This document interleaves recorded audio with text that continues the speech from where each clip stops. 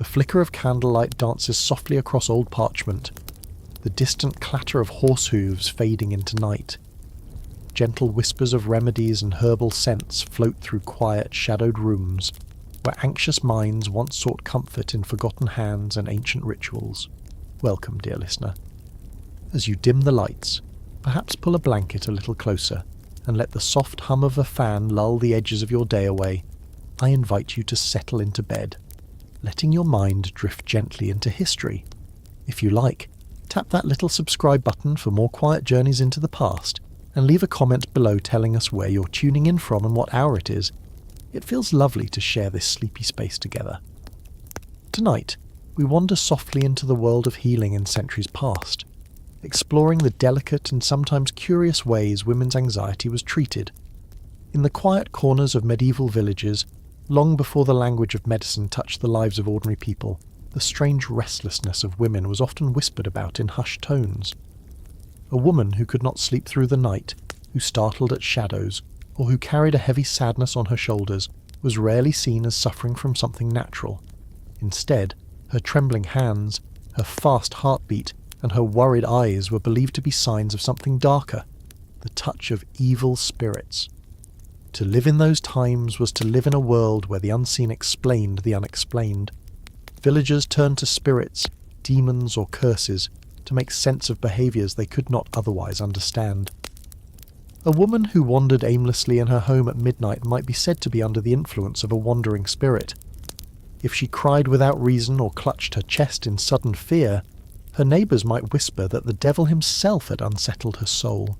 The fear of the supernatural was so deeply woven into society that anxiety itself became a spiritual matter.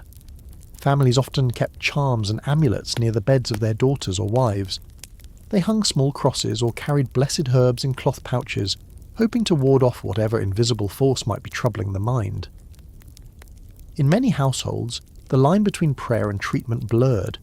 A priest's blessing was as important as a mother's comforting touch, for both were thought to keep away evil influences. But for women, these beliefs often carried an extra burden. Female bodies and minds were considered more fragile, more open to intrusion from spirits. A man's restlessness could be explained as exhaustion from labour, but a woman's unease was far more likely to be seen as possession. In this way, women became the most frequent targets of suspicion. Some were subjected to long nights of chanting prayers over their bodies. Others endured rituals of smoke and fire meant to drive out the unseen presence. For the anxious woman herself, these experiences must have felt both terrifying and confusing. Instead of comfort, her struggles only confirmed the fears of those around her. Yet behind the fear, there was also a kind of care. Families truly believed they were protecting their loved ones by chasing away spirits. They did not have the words anxiety or mental health, but they did recognize distress, and they responded with the tools their world offered: prayer, ritual, and faith. For the woman who could not calm her racing thoughts, the gentle sound of a rosary being recited beside her bed may have been one of the few moments of peace. Still, the shadow of suspicion was never far away. If her behaviour grew worse, if she spoke strangely or resisted the rituals, whispers could turn into accusations, and in a society where witchcraft trials were not rare, these suspicions could end in tragedy. Anxiety in such a world was not simply a private struggle. It was a public risk, a fragile thread that might unravel into fear, stigma, or worse. Thus, what we now call anxiety was once tied to the unseen realm of spirits and demons. It was both feared and tended to, misunderstood yet earnestly addressed. And through these beliefs, we see the earliest chapters of how women's inner struggles were shaped not by science, but by the shadows of faith and fear. In the dimly lit courts of medieval Europe, where candles flickered against stone walls and judges sat in heavy robes, thousands of women faced accusations that would seal their fate. The witch trials, as they came to be remembered, were not only about sorcery and spells, they were also, in many hidden ways, about fear of the mind. What we might now recognise as symptoms of mental distress or anxiety were, in those years, folded into a larger story of witchcraft. Imagine a woman living in a small rural village. She wakes each morning with trembling hands and a feeling of dread she cannot explain. Her neighbours notice her distracted glances, the way she mutters to herself in moments of panic, or how she struggles to keep her household in order. To us, these might seem like signs of deep worry, perhaps even depression. But to her community, untrained in medicine and guided by superstition, her behaviour was evidence of something darker. Whispers began. Perhaps she had made a pact with the devil. Perhaps the unease in her eyes was the mark of witchcraft. The trials themselves became rituals of misunderstanding. Courts would ask women to explain their strange behaviours, their sleepless nights, their sudden outbursts of fear. But there were no words for anxiety then, no recognition that the body and mind could be unsettled without the touch of demons. Instead, a confession of anxiety became a confession of guilt. A trembling voice was seen as deceit. Tears under pressure were taken as proof of the devil's hand. Some women, overwhelmed and terrified, admitted to things they never did. The stress of accusation, the sleepless nights in cold cells, the endless questioning, all of these deepened their fear, making them appear even more unstable in the eyes of their judges. What began as anxiety spiraled into despair, and despair itself became another sign of witchcraft. The punishments were often harsh. A woman whose only crime was panic attacks or uncontrollable worry could find herself tied to a stake or thrown into water for the brutal swimming test. If she floated, it was said, the water rejected her unholy soul. If she sank, she was innocent. But the mercy often came too late. In these moments, the misunderstanding of mental health became not just ignorance but tragedy.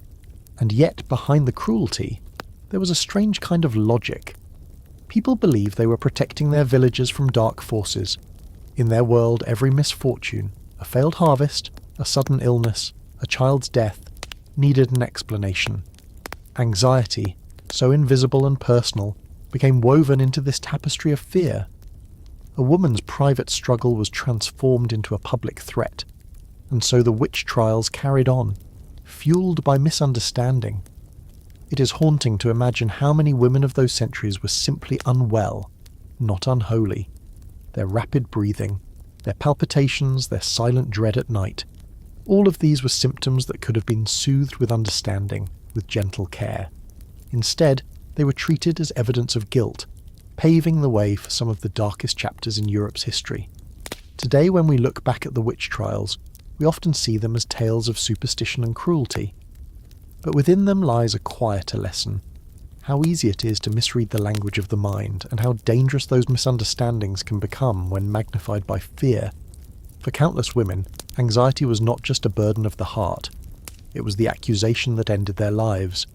For the women accused during the long shadow of the witch trials, there was always a question that lingered in the air. Were they being cured or punished?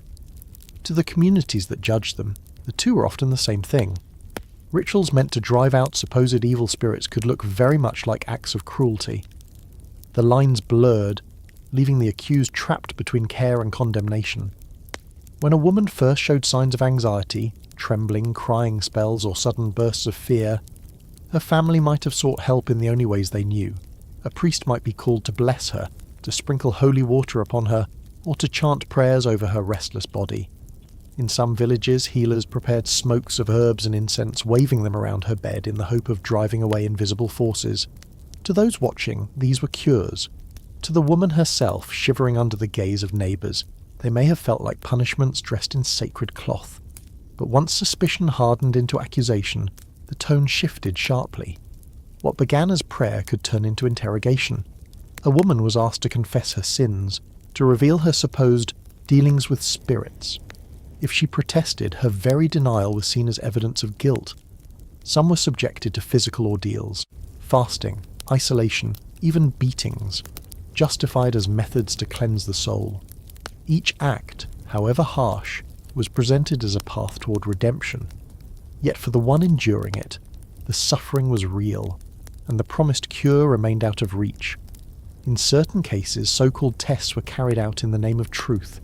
A woman might be forced to touch sacred objects. If she trembled or collapsed, it was said to reveal her inner corruption. Others faced the cruel water trials, bound and thrown into rivers to see if they would float or sink. The community believed such acts revealed whether she carried evil within her. To us, it is painfully clear that these were punishments, not cures. But within their world they were seen as necessary steps to heal the larger community, to remove a threat that unsettled everyone's peace. The tragedy deepens when we remember that many women did not resist these rituals. Some accepted them, not because they were guilty, but because they hoped compliance would restore their standing, that by enduring they might return to their homes. The anxious woman who had once only needed comfort and calm found herself caught in a cycle where her pain fed suspicion, and suspicion demanded suffering. And if she survived these ordeals, what then? Often her place in society was never the same. Neighbours might avoid her, children might whisper her name as if it carried shadows. The so-called cure left scars that lasted long after the rituals ended. Punishment lingered in the glances of others, in the silence at gatherings, in the loss of trust. Thus, for women of those centuries, accusation itself was a sentence. Whether they lived or died, whether they endured prayers or torture, their lives were reshaped by the weight of misunderstanding. Their anxiety, once a private battle, was transformed into a public trial. And in the end, what was called a cure became a punishment, not only of the body, but of the spirit. Looking back, it is difficult not to feel the sorrow of these stories. They remind us that the difference between healing and harming has not always been clear, and that for countless women in history the cost of being misunderstood was measured not in comfort but in suffering. Among the earliest explanations for women's anxiety and distress was a curious and almost dreamlike belief: the wandering womb. Ancient physicians, reaching far back to Greek and Egyptian thought, imagined that the womb was not fixed within the body but a restless organ, capable of drifting through a woman's frame. And wherever it wandered it brought disorder, choking the throat, pressing against the heart, clouding the mind. It sounds strange to us now, almost fantastical, yet for centuries this idea held great influence. If a woman experienced shortness of breath, sudden panic, or unexplained sadness, doctors might claim her womb had risen upward, blocking her chest. If she grew dizzy or fainted, it was said the womb had pressed against her brain. Even stomach pain or trembling could be blamed on the same source: the wandering of an unsettled uterus. This belief was not only medical but cultural. The female body was often seen as unpredictable, mysterious, and in need of control. By placing the womb at the centre of every complaint, healers reinforced the notion that a woman's very essence was tied to her reproductive organs. Her identity, her health, even her emotions, all of it could be explained by this invisible wandering. The treatments followed the logic of the theory. If the womb had wandered upward, physicians advised using strong perfumes or pleasant oils near the lower body to lure it back down. At the same time, unpleasant smells, burning hair, rancid smoke, might be held near the woman's nose to drive the womb away from the chest or head. The body was coaxed, almost like an unruly child, through the senses of scent. Some treatments were gentler still. Women were encouraged to marry quickly, on the belief that sexual activity and childbearing would keep the womb anchored. Others were prescribed rest, warm baths, or particular diets meant to calm the body. But at times, the approaches became invasive, involving physical manipulation or strange rituals that today would seem more harmful than healing. Behind these practices lay an important truth. People were struggling to understand women's mental health without the language to describe it. They saw the shortness of breath, the racing heart, the sudden tears, and they searched for meaning. The wandering womb, in its strange poetry, was their answer. It explained the unseen with something physical, something they thought they could control. For the women themselves, however, the experience was mixed. Some may have found comfort in being given a name for their suffering, even if it was misguided.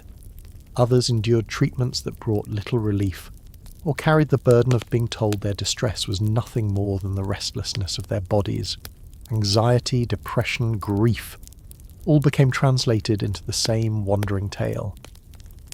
It is easy to smile at the strangeness of these ideas, to shake our heads at the thought of a womb drifting like a lost traveller through the body. Yet if we look closer, we find something familiar: the deep human need to explain what feels unexplainable. Where we now use terms like panic disorder or trauma, they use stories of wandering organs and misplaced breath. Both reflect the same truth: the struggle to name and therefore to ease the invisible weight of the mind. And so, the wandering womb reminds us not only of the peculiar ideas of history, but of the long journey women's mental health has taken, from myth to misunderstanding, and slowly toward recognition. As centuries passed, the idea of the wandering womb slowly evolved, but the diagnosis it inspired, hysteria, remained firmly attached to women. In fact, the very word hysteria comes from the Greek hystera, meaning womb. From its very name, hysteria was framed not as a disorder of the mind, but as a flaw of womanhood itself. This linking of anxiety and distress to femininity left a deep imprint on history. Whenever a woman showed signs of nervousness, sadness, or even simple dissatisfaction, her feelings could be gathered into this single sweeping diagnosis: hysteria. It was a convenient explanation, but also a biased one, for it implied that women were inherently unstable, more vulnerable to emotional storms, less capable of controlling their inner worlds. In many ways, hysteria became a reflection of society's discomfort with women stepping beyond their traditional roles. A woman who resisted marriage, who questioned her domestic duties, or who simply asked for more freedom, could be labelled hysterical. Her protests were not seen as reasoned choices, but as symptoms of illness. The diagnosis silenced her voice by transforming her words into signs of instability. Physicians of the 18th and 19th centuries often described hysteria in vague, sweeping terms. It could mean fainting, headaches, irritability, nervousness, or even a desire for education beyond the home. The list was so broad that nearly any behaviour outside expectations could be gathered under its name, and because the condition was believed to spring from the female body itself, men were rarely diagnosed with it. Anxiety in men might be called neurasthenia or exhaustion, but in women it was hysteria, proof, in their eyes, of feminine weakness. This bias was not just medical, but cultural. Literature, plays, and art echoed the idea of the fragile, nervous woman. Characters who swooned at the slightest shock, who trembled and wept, became both romantic figures and cautionary tales. They reinforced the belief that instability was a natural part of being female. Meanwhile, women who resisted this stereotype often found themselves even more vulnerable to the label of hysteria. To appear too strong, too bold, or too outspoken was just as suspicious as appearing nervous or frail. The consequences were profound. Women who might have been struggling with real conditions, anxiety, depression, trauma, were dismissed, instead as hysterical. Their suffering was minimized, their credibility doubted. In some cases they were subjected to harsh treatments, isolation, enforced bed rest, or humiliating medical procedures. These measures did little to ease their pain, but much to reinforce the notion that women required control and correction. Yet within this long history of bias, there were also small moments of resistance. Some women writers and activists began to challenge the diagnosis, pointing out its role in silencing female experience. Others found ways to use the language of hysteria itself to describe the unfair pressures placed upon them, turning the medical term into a subtle critique of the society that invented it. Looking back, hysteria stands as both a diagnosis and a mirror. It tells us less about the women who carried the label, and more about the world that placed it upon them. It reveals how deeply gender shaped the way health was understood, and how easily the struggles of women could be dismissed as weakness. And so, the story of hysteria is not just about medicine, but about the roots of gender bias, a reminder of how belief and prejudice can entwine, shaping lives for centuries. By the 19th century, hysteria had become more than just a diagnosis. It had become a container, a catch-all label into which physicians could place almost any difficulty a woman experienced. Anxiety, depression, fainting spells, digestive troubles, sexual dissatisfaction, even boredom with domestic life, all were gathered together under this single sweeping word: hysteria. For doctors, this catch-all served a purpose. Medicine at the time was still searching for precise categories, for ways to understand the complex workings of the mind. But instead of looking closely at each symptom, hysteria allowed them to tie everything back to one familiar explanation. The result was both simple and deeply flawed. What we now see as distinct conditions, panic disorders, postpartum depression, epilepsy, trauma, were blurred into one vague idea of female instability. In hospitals and private clinics, reports described patients with wildly different struggles, all diagnosed the same way. A woman who could not sleep through the night, another who wept uncontrollably, a third who suffered seizures, all three might be recorded as hysterical. For the physicians, this wide net made the condition seem extraordinarily common, almost epidemic among women. Some claimed that nearly half of all women suffered from hysteria at some point in their lives, and yet the diagnosis was not evenly applied. Men with similar symptoms were given different names, often treated with more seriousness. A soldier haunted by nightmares after battle was said to have nerves shattered by war. A factory worker fainting from exhaustion was seen as overworked. But when a woman trembled, cried, or resisted her prescribed role, hysteria was the ready answer. The treatments reflected this lack of clarity. Because hysteria was defined so broadly, remedies were just as inconsistent. Some women were sent to spas and sanatoriums, where fresh air and mineral baths were supposed to restore balance. Others were prescribed bead rest, ordered not to read, write, or even socialise, a treatment that often deepened their despair. In more troubling cases, physicians experimented with electrical stimulation, hypnotism, or surgical procedures, all in the name of taming an illness that was never clearly understood. At times, the diagnosis became almost absurd. Medical journals listed hundreds of possible symptoms of hysteria, from headaches to indigestion, from excessive laughter to complete silence. In truth, nearly anything a woman did or felt could be drawn into its definition. It was less a medical category, and more a mirror of society's anxieties about women themselves. For women living through it, the experience was complex. On one hand, hysteria gave a name to suffering that might otherwise be ignored. To say, "I am hysterical," was to at least admit distress, even if the meaning was flawed. On the other hand, the label often worked against them, casting doubt on their credibility and reinforcing the idea that they were weak or unfit for independence. Their voices, whether in courts, households, or politics, could be dismissed with a single word. Looking back, the 19th century's reliance on hysteria reveals more about the culture of the time than about the women themselves. It shows a world still uncomfortable with the idea of women as full participants in life, still searching for tidy explanations to place upon complex realities. Anxiety, depression, trauma. These were not recognized as unique conditions, but folded together into a single story that told society more about its fears than about the truth of women's lives. And so, hysteria became the century's great medical shortcut, a word that explained everything and nothing, leaving countless women caught in its wide and shadowed net. To understand why bloodletting and leeches became such common treatments, we have to step back into the medical worldview of the Middle Ages, a time when the body was thought to be governed by 4 humours: blood, phlegm, yellow bile, and black bile. These humours, inherited from ancient Greek thought, were believed to shape not only health, but also personality, mood, and even morality. If the humours were in balance, a person was considered healthy, both in body and in spirit. But if they tipped too far in one direction, illness was thought to follow. Too much black bile might lead to melancholy, too much yellow bile to anger. Women, in particular, were often described as naturally prone to imbalance, especially when it came to blood and reproductive cycles. Thus their anxieties, sadness, or fainting spells were often explained as evidence of humours gone astray. Within this framework, bloodletting seemed perfectly logical. If the body contained too much of one humour, especially blood, the excess could be released, restoring equilibrium. Physicians and barber surgeons would open a vein, apply leeches, or use cups to draw out blood. For a woman who appeared nervous, restless, or hysterical, the cure might involve draining away what was seen as excess heat or energy.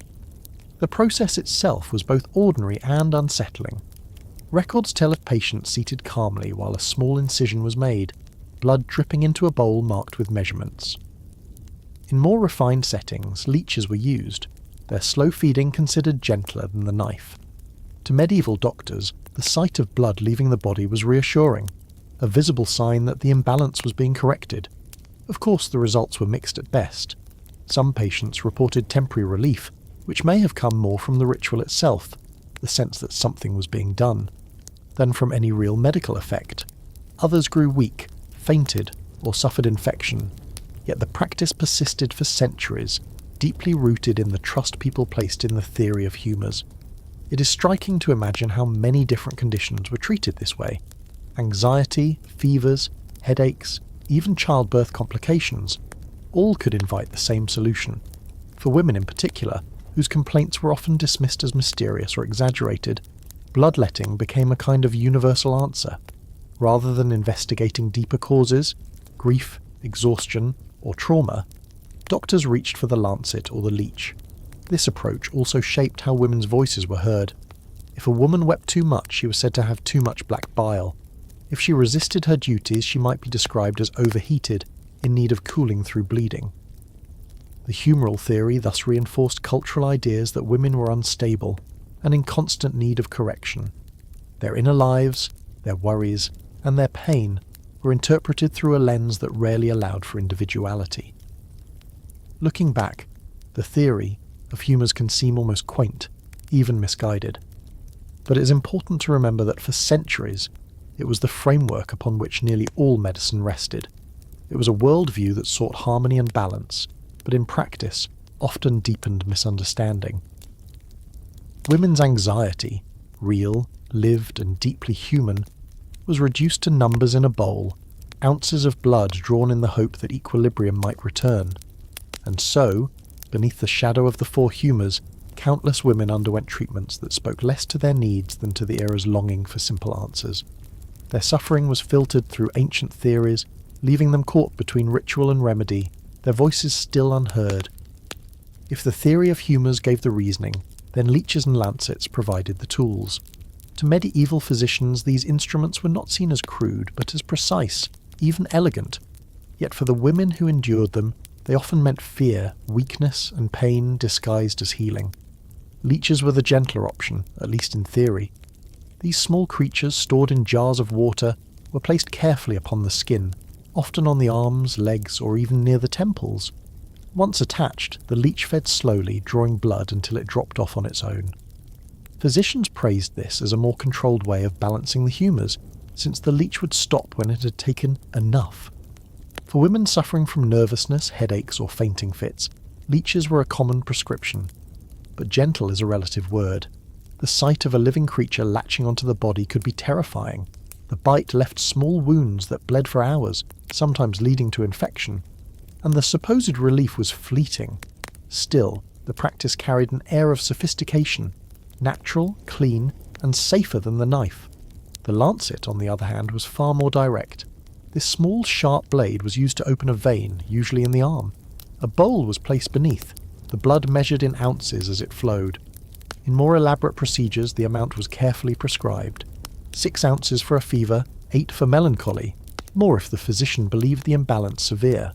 The patient sat still, sometimes lightheaded, sometimes trembling, while her strength literally drained away.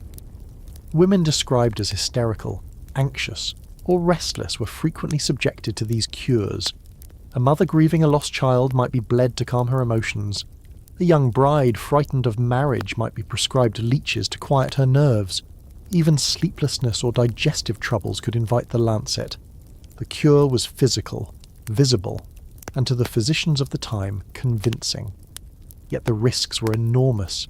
Excessive blood loss left patients weak, dizzy, and sometimes permanently harmed.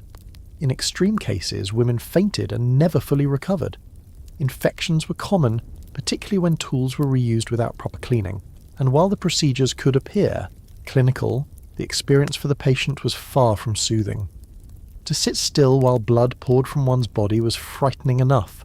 To know that this was considered the cure for an unsettled mind added another layer of unease. Even so, bleeding became almost routine. Manuals for physicians and barber surgeons provided charts of which veins to open for which symptoms. Calendars even advised which days were best for bloodletting, aligning treatment with the stars. It was medicine mixed with ritual, a blend of science, superstition and tradition. For women, the consequences were twofold.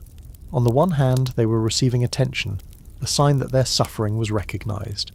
On the other hand, the treatment often deepened their weakness, silenced their complaints, and left them more vulnerable than before. Their anxieties were not soothed, but drained away in the most literal sense, leaving their real struggles unaddressed. From our modern view, leeches and lancets may appear brutal, even absurd. Yet in their time, they symbolized care, knowledge, and order.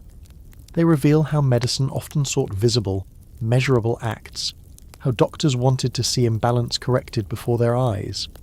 And so, women's invisible pain was translated into ounces of blood, their restless minds treated with a painful cure that brought little true relief. When we look closely at the history of bloodletting, leeches, and other medieval treatments, one question rises quietly in the background. Why were women so often subjected to harsher remedies than men? The answer lies not only in medicine, but in culture, belief, and power. To begin with, medical theory itself carried bias. The humoral system, inherited from the ancient Greeks, described women as naturally colder and wetter than men. This made them, in the eyes of physicians, more unstable, more prone to excess, and therefore more in need of correction. If a man showed signs of anxiety or imbalance, it could be explained by his environment or work. If a woman showed the same signs, it was thought to reveal something flawed in her very nature. This assumption shaped treatment. Men might be prescribed lighter remedies, changes in diet, exercise, or rest, while women were more often subjected to physical draining. To cool their supposed excess, bleeding was seen as necessary, even if it left them weak. The female body became a canvas upon which theories were tested, and harsher methods were justified as natural responses to her imagined instability. There was also the question of authority. In medieval households, men held legal and social power. A husband or father could call upon a physician, approve a treatment, and decide how far it should go. A woman's voice, her own wishes, rarely carried weight. If she resisted a cure, her refusal could itself be seen as a symptom, proof of her imbalance. In this way, treatment became less about healing and more about enforcing control. Social expectations deepened the divide. Women were expected to be calm, obedient, and steady in their duties. Any deviation, sadness, anger, restlessness, was quickly medicalized. A man might express frustration and be excused. A woman might express the same and be labeled unwell. Thus, treatments were not only responses to physical symptoms, but tools to restore conformity. Bloodletting was not simply about humours, it was about returning women to the roles society required of them. Religion, too, played its part. The female body was often described as more sinful, more easily led astray by temptation, or by the devil. Harsh remedies were justified as a way to cleanse not only the body but also the soul. A woman bled of her excess was symbolically purified, her suffering interpreted as necessary correction. Anxiety, grief, or rebellion were reimagined as signs of spiritual imbalance, demanding firm response. And so, harsher treatments became part of a larger pattern. Women's experiences of distress were filtered through lenses of weakness, sin, and obedience. Physicians, priests, and families alike leaned on practices that made women endure more pain, more risk, and more silencing than their male counterparts. Looking back, we can see how this shaped the story of anxiety across centuries. Women were not only misdiagnosed, they were often punished through their cures. Their bodies were weakened by repeated bleeding, their dignity eroded by invasive procedures, their real struggles left unspoken. The very act of treating them more harshly reinforced the belief that they were less resilient, less rational, and more in need of control. Today, this history feels both distant and uncomfortably familiar. It shows how medicine can reflect cultural bias just as much as scientific reasoning. For the women of the past, it meant living with remedies that did little to heal and much to harm. Their anxieties were not simply drained away with blood, they were magnified by a world unwilling to hear their true voices. When we turn from physicians to the church, we find another powerful influence on how women's anxiety and mental struggles were understood. In the Middle Ages and well into the early modern period, religion was often the first framework through which illness of any kind was interpreted. The body and the soul were seen as inseparable, and emotional distress could easily be read as a sign of spiritual imbalance. For the church, anxiety was not simply a condition of the mind. It was a doorway to questions of faith, morality, and sin. A woman who trembled with fear, who confessed to sleepless nights or visions, might be seen as struggling with the devil's whispers rather than her own thoughts. Her treatment, then, was not medical but spiritual. Confession, prayer, fasting, and penance were all offered as cures, with the aim of cleansing the soul so that the body might follow. Monasteries and convents often acted as places of refuge, but also of confinement. Women considered unstable could be placed in seclusion, their lives reduced to prayer and silence. This was sometimes intended as healing, offering them quiet away from worldly pressures. Yet it also stripped them of freedom, binding their struggles within walls that echoed with chants but not necessarily with understanding. At times, the church's role could be gentle, even comforting. Compassionate priests or nuns listened to women's confessions, offered reassurance, and gave structure to chaotic minds through ritual and routine. For some, this rhythm of devotion provided genuine relief. The act of lighting candles, reciting psalms, or repeating prayers could bring calm where daily life had failed. But the darker side of this influence cannot be ignored. Anxiety and mental illness were often conflated with spiritual weakness. A woman's inability to cope was not always seen as suffering, but as fault. She might be told her fears came from insufficient faith, her sadness from hidden sin. This moral weight deepened her burden, leaving her not only distressed but also ashamed. The church also played a role in reinforcing gendered expectations. Women were viewed as more vulnerable to temptation, more easily swayed by the devil, and therefore more likely to fall into mental or spiritual disturbance. Their anxieties were interpreted as proof of their fragility. In this way, spiritual treatment sometimes doubled as discipline, reminding women of their supposed weakness and need for guidance. Exorcisms, though rare compared to prayer or penance, provide a vivid example. Some women experiencing seizures, hallucinations, or uncontrollable fear were believed to be possessed. The rituals intended to free them, prayers shouted, holy water sprinkled, relics pressed to their skin, were dramatic and frightening. While meant as cures, they often left the women shaken and marked as outsiders. Their private pain turned into a public spectacle. Looking back, we can see both the comfort and the cruelty in the church's role. For many women, it was the only form of support available, offering solace when families or physicians had little to give. Yet its explanations too often laid blame rather than provided understanding. Anxiety was not recognized as a condition of the human mind, but as a symptom of spiritual struggle, demanding correction rather than care.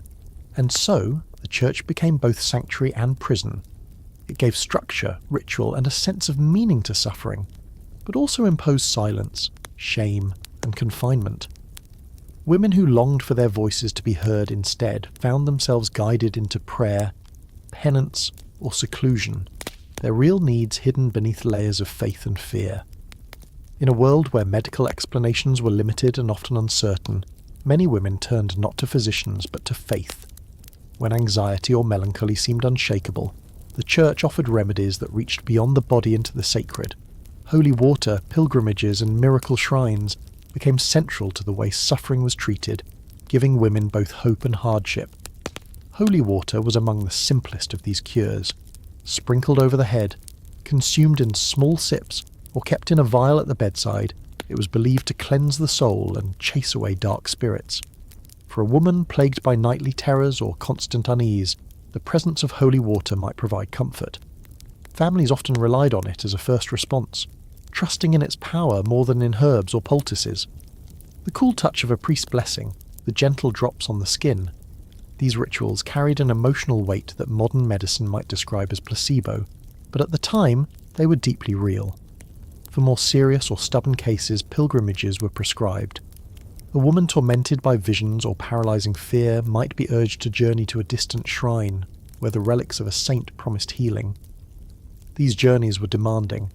Travelling on rough medieval roads was no small task, especially for someone already weakened by anxiety or illness. Yet families believed the sacrifice was necessary, that each mile walked was a step toward restoration. At the shrines themselves, the atmosphere was charged with expectation. Pilgrims gathered in long lines, waiting to touch relics or drink from springs said to carry divine power. Stories circulated of sudden cures, a blind woman who saw, a mute girl who spoke, a despairing wife who returned with peace of mind. For anxious women, these tales were both inspiring and heavy, placing on them the hope of a miracle. Miracle shrines held particular importance for women. Saints who had suffered themselves, especially female saints, became models of endurance and sources of intercession. Saint Dymphna in the Low Countries, for example, was venerated as a protector of the mentally afflicted. Women travelled great distances to pray at her shrine, leaving offerings, lighting candles, and sometimes staying for weeks in the hope of relief. The experience of pilgrimage was complex. On one hand, it provided movement, change of environment, and a sense of community, all things that could soothe an anxious mind. On the other hand, the pressure to return healed was immense. If the miracle did not come, women risked feeling that their faith was insufficient, their suffering a kind of failure. These practices also reveal how society framed women's struggles.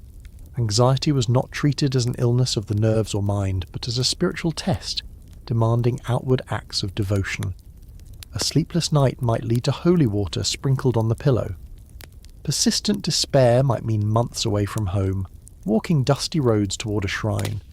The body's pain was bound tightly to the soul's imagined needs. Looking back, holy water, pilgrimages, and shrines remind us how fragile hope could be. They offered rituals of comfort, journeys of meaning, and moments of belief. Yet they also carried the weight of expectation and the risk of disappointment. For women in the past, these sacred cures were not simply alternatives to medicine. They were the very heart of healing, woven into lives where faith and fear often walked hand in hand. For many centuries, when a woman showed signs of severe anxiety, strange behaviour, or visions, the explanation was not medical at all. It was spiritual. To tremble, cry uncontrollably, or speak in ways that unsettled others could be seen as evidence of something darker, the presence of demons or restless spirits. In such cases, the cure offered was not rest, nor herbs, nor holy water alone, but the dramatic and fearful ritual of exorcism. The belief that unseen forces could enter the human body was deeply rooted in medieval and early modern thought. Women, considered more vulnerable to temptation and spiritually weaker, were believed to be especially open to possession. Anxiety, sleeplessness, or even a sudden outburst might be interpreted not as suffering but as a battle between good and evil within her very soul. Exorcism was the response. The Church developed specific prayers, chants, and ceremonies to drive out unwelcome spirits. A priest, often accompanied by assistants or family members, would gather around the afflicted woman. Holy water might be sprinkled across her face and body. Relics of saints were pressed against her skin. Passages of scripture were read aloud, sometimes repeated for hours. The language was commanding, firm, intended not only to comfort but to force the supposed intruder to depart. For the woman herself, the experience could be overwhelming. Imagine being anxious, trembling, perhaps suffering from seizures or hallucinations, and finding yourself surrounded by chanting voices pressed down by ritual. For some, this intensity may have provided a strange form of relief, the conviction that a battle was being fought on their behalf, that they were not alone in their torment. For others, it may have deepened their fear, convincing them that their distress truly was a sign of demonic presence. The rituals varied. In some cases, exorcisms were relatively quiet, involving simple prayers and blessings. In others, they grew loud and dramatic, with raised voices, physical restraint, and repeated attempts to force the spirit to name itself. Reports from the period describe women convulsing, crying out, or falling silent as the priest declared victory. These moments were often taken as proof that the ritual had worked, but the deeper reality was more complex. Many women left these rituals exhausted, traumatized, or unchanged in their suffering. Their anxiety, their grief, or their mental illness had not been understood. It had been reimagined through a spiritual lens that explained everything as the work of invisible enemies. The result was not healing in a modern sense, but reinforcement of the belief that their suffering was otherworldly, their bodies battlegrounds of forces they could not control. Exorcism also reveals how women's voices were treated. Their cries of fear or despair were not listened to as expressions of pain, but were taken as the words of demons. Their silence was not a choice, but a sign that the spirit had been subdued. In this way, their experiences were taken from them, interpreted by others, and rewritten as part of a struggle between heaven and hell. Looking back, these rituals remind us of a world where the invisible held more weight than the visible, where inner turmoil was transformed into a spectacle of faith. They show how anxiety and mental illness were framed not as personal suffering, but as cosmic drama. And for women, this meant their struggles were rarely seen as their own. Instead, they became evidence of a spiritual weakness that required harsh, frightening cures. By the 17th and 18th centuries, medicine began to shift. Where earlier centuries had relied on bleeding, prayer, and ritual, a new promise appeared in the form of drugs. Among the most common, and most dangerous, were opium and its liquid mixture, laudanum. For anxious women, these substances were offered as simple answers to complex suffering, bottles of comfort that could be bought almost anywhere. Opium had been known for centuries, drawn from the dried sap of the poppy. It dulled pain, calmed restlessness, and, in larger doses, brought deep sleep. In an age when the mysteries of the mind were poorly understood, such effects felt miraculous. Anxiety, grief, insomnia, even hysteria seemed to soften beneath its haze. Physicians prescribed it readily, not fully grasping the risks. Laudanum made the drug even more accessible. In the 16th century, the Swiss physician Paracelsus popularized this tincture. Opium dissolved in alcohol, often flavored with spices. By the 18th and 19th centuries, laudanum was everywhere, sold in apothecaries, carried by travelling doctors, even available in general shops. It was cheaper than wine, easier to find than proper medical care, and trusted by families across Europe. For women in particular, laudanum became a household remedy. A few drops might be given for sleepless nights, nervous tension, or the vapours. Mothers used it to quiet infants, while wives used it to calm their own restless thoughts. It was prescribed after childbirth, during grief, and for any moment when the heart felt too heavy to bear. The bottle became a silent companion, kept in drawers and cupboards, ready whenever distress rose, but the comfort came at a cost. Dependence was common, though rarely recognised at the time. Women who used laudanum regularly found themselves unable to sleep without it, unable to feel calm without another dose. The relief was fleeting, replaced by a fog that dulled not only anxiety, but also vitality. Instead of restoring balance, it often deepened the cycle of weakness and despair. What makes this chapter striking is how invisible the dangers were. Unlike the dramatic bloodletting of earlier centuries, laudanum's harm was subtle, hidden behind the promise of relief. A woman could drink her dose quietly with no ceremony, no priest or physician required. Yet over time, her body bore the burden, exhaustion, confusion, and sometimes fatal overdose. The widespread use of opium and laudanum also reveals how society sought to manage women's emotions. Rather than listening to their distress or seeking its causes, families and doctors often preferred the quick fix of sedation. An anxious wife was easier to live with after a dose of laudanum. The grieving mother appeared calmer when her tears slowed.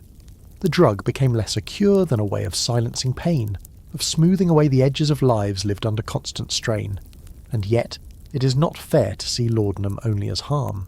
For many, it truly did bring moments of peace in a world with few alternatives.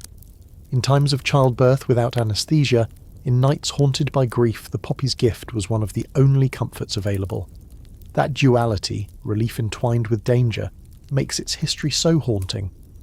Looking back, the widespread use of opium and laudanum shows us how medicine began to shift from ritual to chemistry. But it also reminds us that even progress can carry shadows. For the women who turned to these bottles in hope, the cure was never simple. It was a quiet bargain, moments of calm bought at the cost of dependence, their true voices still muted beneath a haze of sleep.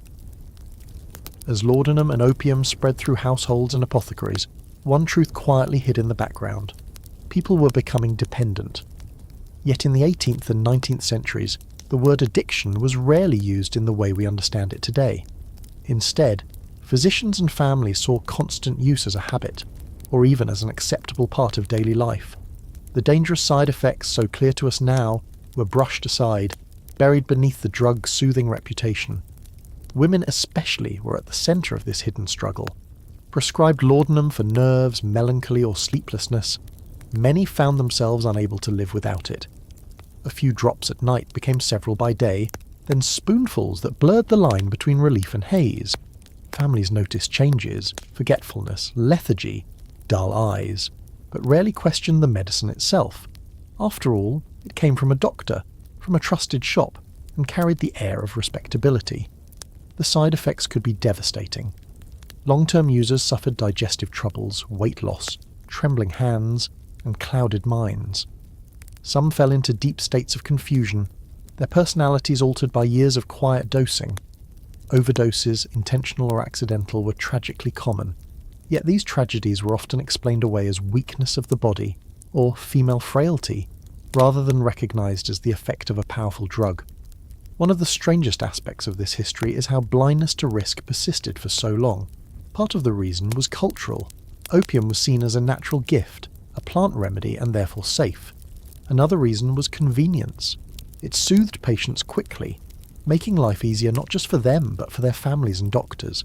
To admit the dangers would have meant losing one of the few tools available to calm suffering. And so, silence prevailed. In the quiet parlours of Victorian homes, bottles of laudanum sat in cabinets like any other household staple. A little for coughs, a little for sadness, a little for sleepless children. The repetition of this practice normalised it, so much so that an entire society failed to recognise that dependency was spreading among its most vulnerable. Writers of the time occasionally lifted the veil. The English author Thomas de Quincey famously wrote about his dependence in Confessions of an English Opium Eater, 1821, describing both the wonders and the horrors of his experience. His vivid accounts of dreamlike visions followed by crushing despair gave readers a glimpse into the double-edged nature of the drug. Yet even such warnings did little to slow the tide. The fascination with opium's power often drowned out the alarm. For women, the consequences were even harsher. Because their pain and emotions were already dismissed as exaggerations, their struggles with dependence were rarely seen as medical issues. Instead, they were framed as weakness, moral failing, or even sinful indulgence. The very society that had pushed these remedies upon them turned away when the side effects became too great to ignore. The ignoring of addiction and danger tells us something deeper about that time. Medicine was still learning, caught between tradition and progress, eager for remedies but unwilling to face uncomfortable truths. To admit that laudanum harmed as much as it healed would have been to strip away one of the few comforts people believed they had. So the pretense continued, bottles quietly refilled, side effects quietly overlooked.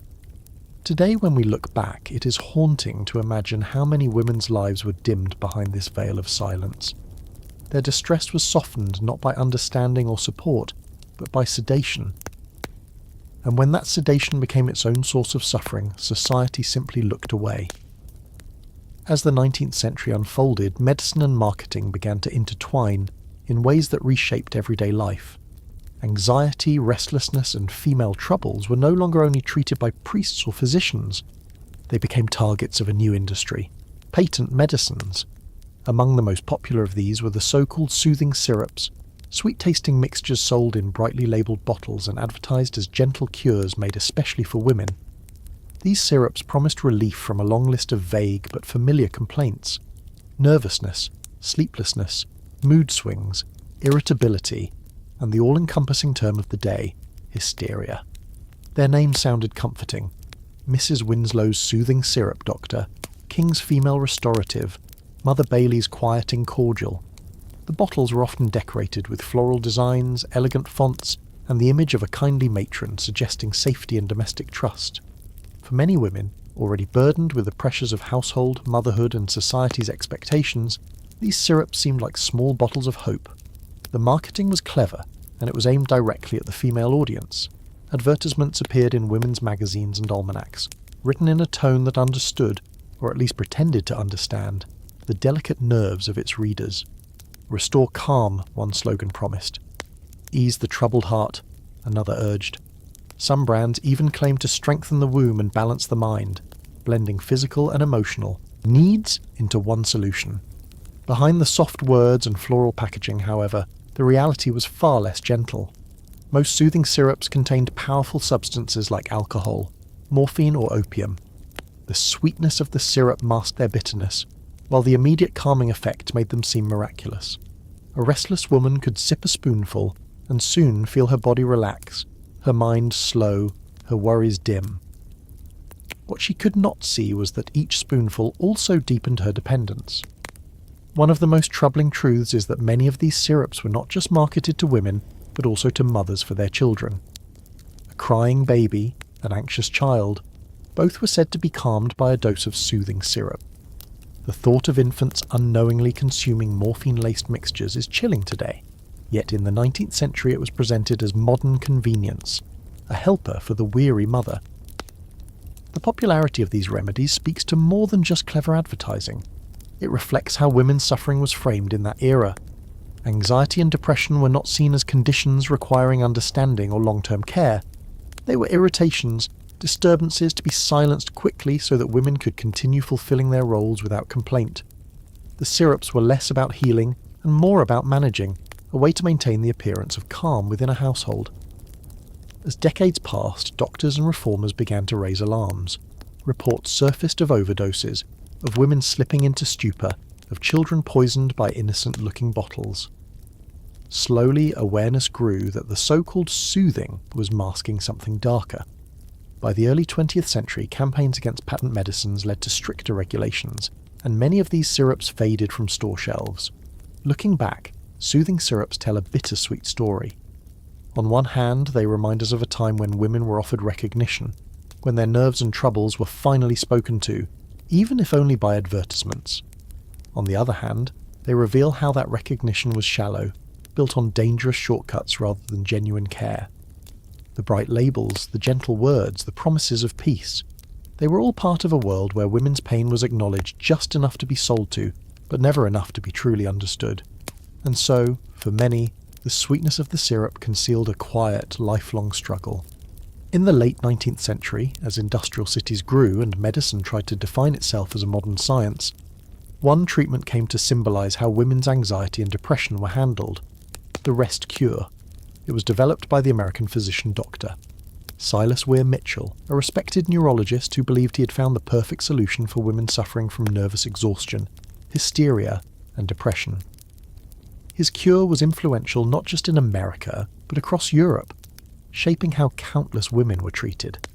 The treatment itself was deceptively simple. A woman diagnosed with nervous illness would be confined to bed for weeks, sometimes even months. She was forbidden from reading, writing, sewing, or engaging in any form of intellectual or creative activity. Even visitors were restricted. The patient was encouraged, or forced, to eat rich foods, drink milk, and gain weight, while all exercise and independence were stripped away. The body, Mitchell believed, needed rest, nourishment, and removal from stimulation in order to heal.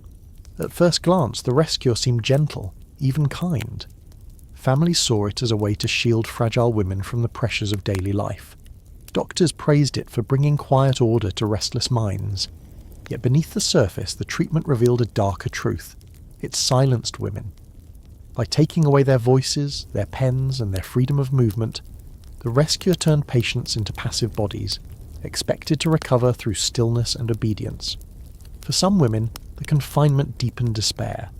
Writers and intellectuals in particular felt the cruelty of being cut off from their work. The American author Charlotte Perkins Gilman famously described her own experience with the rest cure in her short story, The Yellow Wallpaper, 1892. In it, a woman confined to her room slowly loses her grip on reality, projecting her desperation onto the wallpaper's patterns. Gilman later admitted the story was based on her own treatment under Dr. Mitchell, and that she wrote it as a warning against the dangers of enforced silence. What makes the rest cure especially striking is how it reflected broader cultural attitudes toward women. The late 19th century was a time when women were still fighting for the right to education, to vote, and to shape their own futures. Anxiety and depression were interpreted not as understandable responses to limited lives, but as signs that women were too delicate for the modern world. The rest cure reinforced this idea, turning emotional suffering into proof of weakness that required control and isolation. Even women who were not intellectuals often found the treatment suffocating. To lie in bed for weeks denied meaningful activity was to lose one's sense of self. Many patients reported feeling worse, not better, but few challenged the authority of doctors, whose reputations gave their orders unquestioned weight. In this way, the rest cure became not only a medical prescription but also a tool of social discipline, keeping women quiet and dependent under the guise of healing. In time, criticism grew. Some physicians began to notice the harm, while feminist writers and reformers called out the cure's cruelty. By the early 20th century, it began to lose favour, replaced by treatments that allowed more activity and agency. Yet the shadow of the rest cure lingers, remembered as a stark example of how medicine once confused silence with healing. The story of Dr. Weir Mitchell's rest cure is more than medical history. It is a reminder of how easily suffering can be misunderstood and how quickly control can be mistaken for care. One of the most striking aspects of the rest cure and treatments like it was the insistence that women be kept away from work, society, and any meaningful occupation. Doctors and families were told that women's nerves could not handle the strain of responsibility or the bustle of community life. To heal, women were removed from the very spaces where identity and purpose are usually formed. At first, this separation was framed as protection.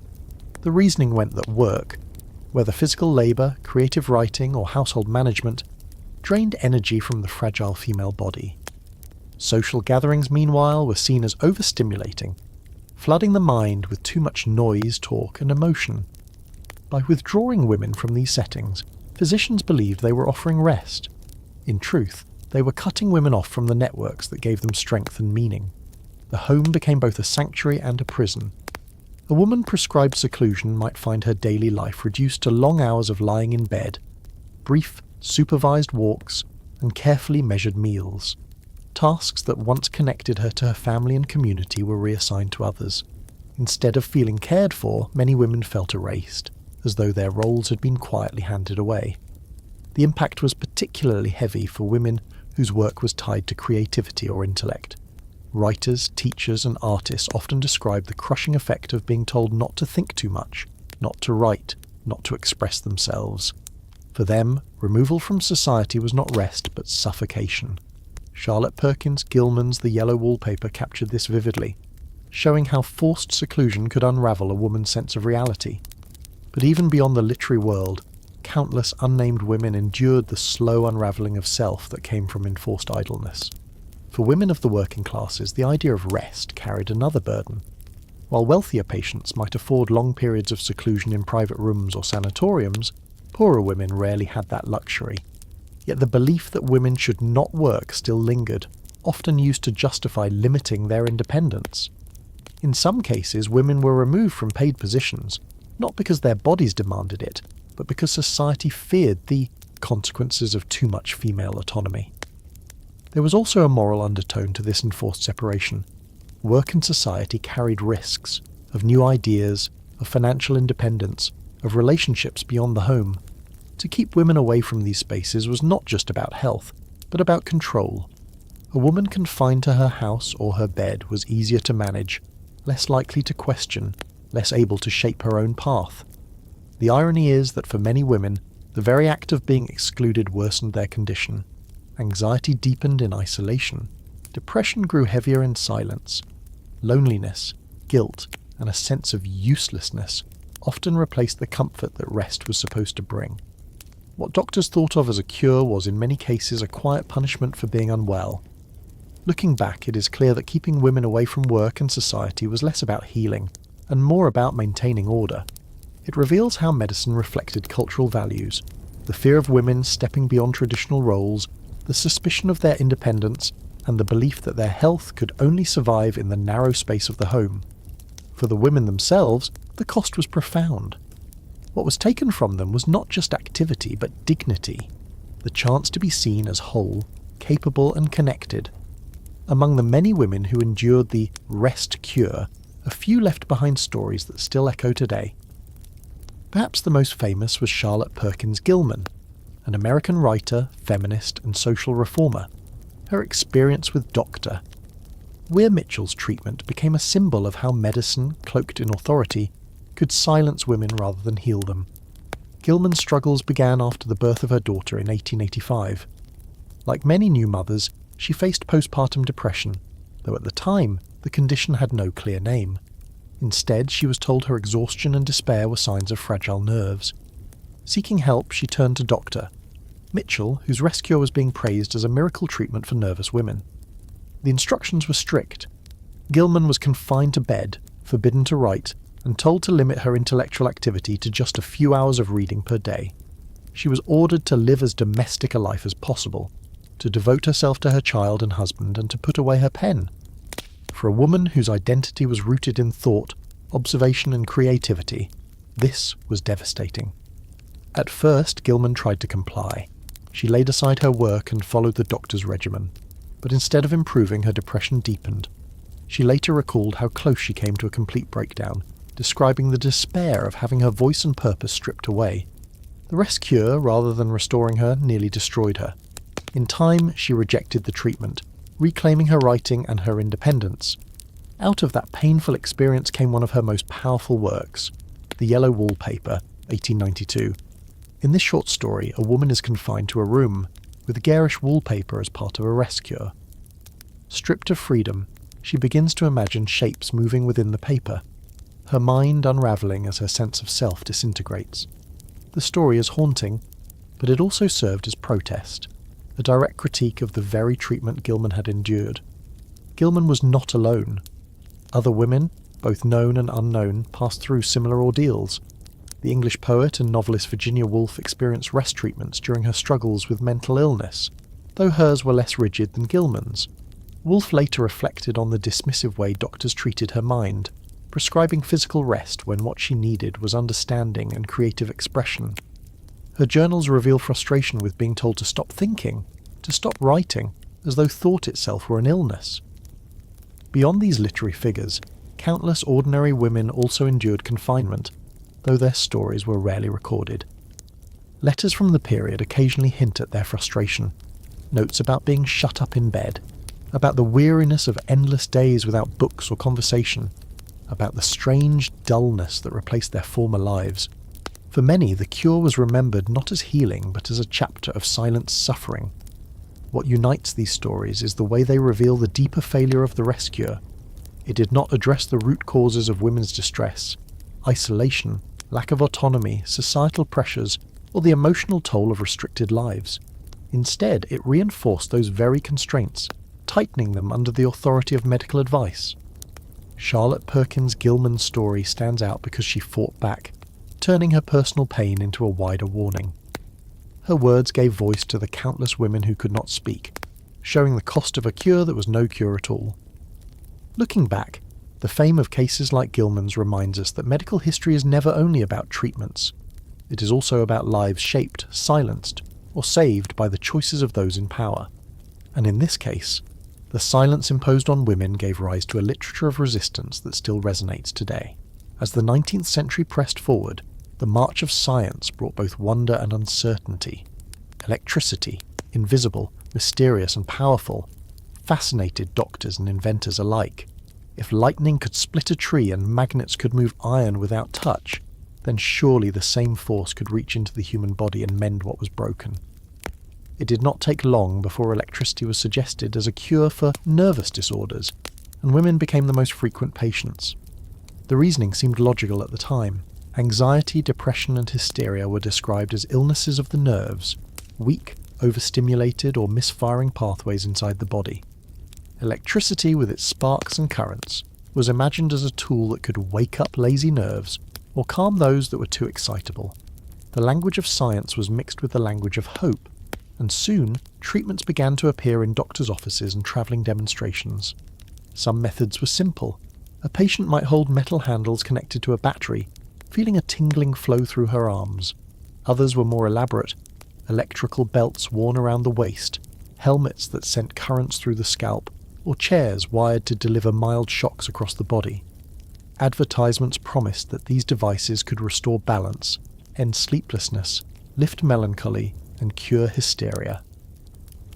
For women suffering silently, these treatments held a strange appeal. Unlike the enforced stillness of the rest cure, electricity was active. Patients described the sensation of a buzzing current, a prickle across the skin, or a jolt that left them briefly lightheaded. Some even reported temporary relief, a moment of clarity, a lifting of mood. Whether this came from the electricity itself or from the novelty of the experience, no one could be sure. But alongside the fascination came fear. Electricity was still poorly understood, and many women endured treatments that were frightening or even painful. Reports surfaced of burns, muscle spasms, and fainting fits during sessions. Yet doctors often dismissed these effects as proof the cure was working, a sign that the nerves were being properly stimulated. The boundary between healing and harm was blurred, hidden beneath the glow of scientific progress. Electrical treatments were also marketed beyond the doctor's office. Mail-order catalogues sold nervous system stimulators, and female restorative belts that women could use at home. The advertising was bold, claiming cures for everything from headaches to infertility. In reality, these devices were often little more than novelties, offering a weak current and a strong promise. But in an age where women's suffering was rarely given understanding, even the illusion of control could feel like comfort. The deeper story behind these electrical cures lies in how society viewed women's anxiety. Rather than being seen as the result of social pressures, limited freedoms, or emotional strain, it was framed as a technical fault in the body, a nervous system that needed tuning, like a machine out of balance. Electricity fit this vision perfectly, modern, mechanical, and scientific. It reassured families that something was being done, even if the root causes remained untouched. Looking back, the use of electricity as a cure for women's nerves feels both fascinating and unsettling. It reminds us of a time when science was new, when faith in progress was strong, and when women's suffering was so poorly understood that even sparks and shocks were welcomed as hope. For some, it was a curious distraction. For others, it was yet another experiment carried out on bodies that were rarely asked what they truly needed. The fascination with electricity did not stop at gentle tingles or handheld devices. By the late 19th century, more ambitious inventors created early shock machines, devices that promised stronger, more dramatic cures for nervous disorders. These machines, often displayed with great theatricality, revealed both the optimism and the recklessness of a medical world still learning what electricity could and could not do. Shock machines were not subtle. Some resembled heavy wooden boxes with cranks and coils, connected by thick wires to metal plates or handles. Others were powered by early batteries, producing currents that could jolt muscles into twitching spasms. Patients were strapped into chairs or asked to hold electrodes against their skin, while the operator slowly increased the strength of the current. The sensation ranged from prickling discomfort to sharp, painful shocks. The treatments were often promoted with a kind of spectacle. Travelling showmen would demonstrate the machines at fairs or public halls, inviting nervous patients onto the stage. A woman suffering from weak nerves might sit under the curious eyes of a crowd as her hands trembled with each pulse of current.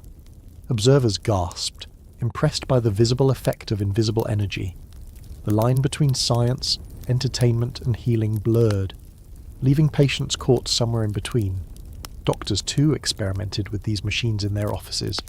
Medical journals from the period described techniques such as general electrification, in which currents were passed through the entire body, and localized electrification, aimed at the head, spine, or womb. Anxiety, hysteria, melancholia, and even insomnia were listed as conditions that might benefit. Some physicians swore by the results, claiming patients left their practices calmer, stronger, or more cheerful. Yet the side effects were hard to ignore. Burns, bruises, dizziness, and fainting spells were common. In some cases, patients experienced violent muscle contractions that left them sore for days. But instead of seeing these as warnings, many doctors interpreted them as proof of effectiveness. If the machine produced a visible response, surely it must have touched the hidden seat of illness. For women, the experience could be both humiliating and frightening. Being strapped into a chair, exposed to jolts of electricity, often with male doctors and assistants looking on, reinforced the imbalance of power that marked so much of their medical treatment. The machine symbolized not only the search for cures, but also the willingness to use women's bodies as testing grounds for new, uncertain ideas. At the same time, these shock treatments carried a strange allure. Electricity was modern, scientific, and mysterious. To participate in such a treatment was to step into the future, to hope that the same power-driving telegraphs and lighting lamps might also calm a restless mind. For some women, the novelty itself may have offered a brief sense of relief, even if the cure was fleeting. In the end, most early shock machines faded from serious medicine. By the early 20th century, stricter standards, along with growing doubts about safety, pushed them aside. Yet their legacy is revealing. They show us how quickly hope can attach itself to new technology, and how easily the vulnerable, especially women with misunderstood conditions, can become subjects of experimentation. Looking back, these machines feel both extraordinary and unsettling. They remind us of a time when healing was sought not through understanding, but through spectacle and force, when the mystery of electricity promised salvation, even as it delivered shocks in the name of science. As strange electrical cures and experimental treatments spread across Europe and America in the 18th and 19th centuries, one detail stands out. Most of the experiments were performed not on men, but on women. Women became the primary subjects of new devices, new medicines, and new theories about nerves and anxiety. Their bodies were seen as softer, weaker, and therefore more suitable for testing unproven ideas. Doctors of the time believed that women were especially prone to nervous disorders. A wide range of symptoms, restlessness, sadness, sleeplessness, or sudden fits of tears, were grouped together under vague diagnoses like hysteria or neurasthenia. These were conditions without clear definitions, but they carried an assumption that women were naturally fragile, unstable, or overly emotional. For physicians eager to try new cures, this made women convenient patients. In clinics and private practices, anxious women were strapped into chairs for electrical treatments, or asked to swallow powerful tonics whose ingredients were barely understood.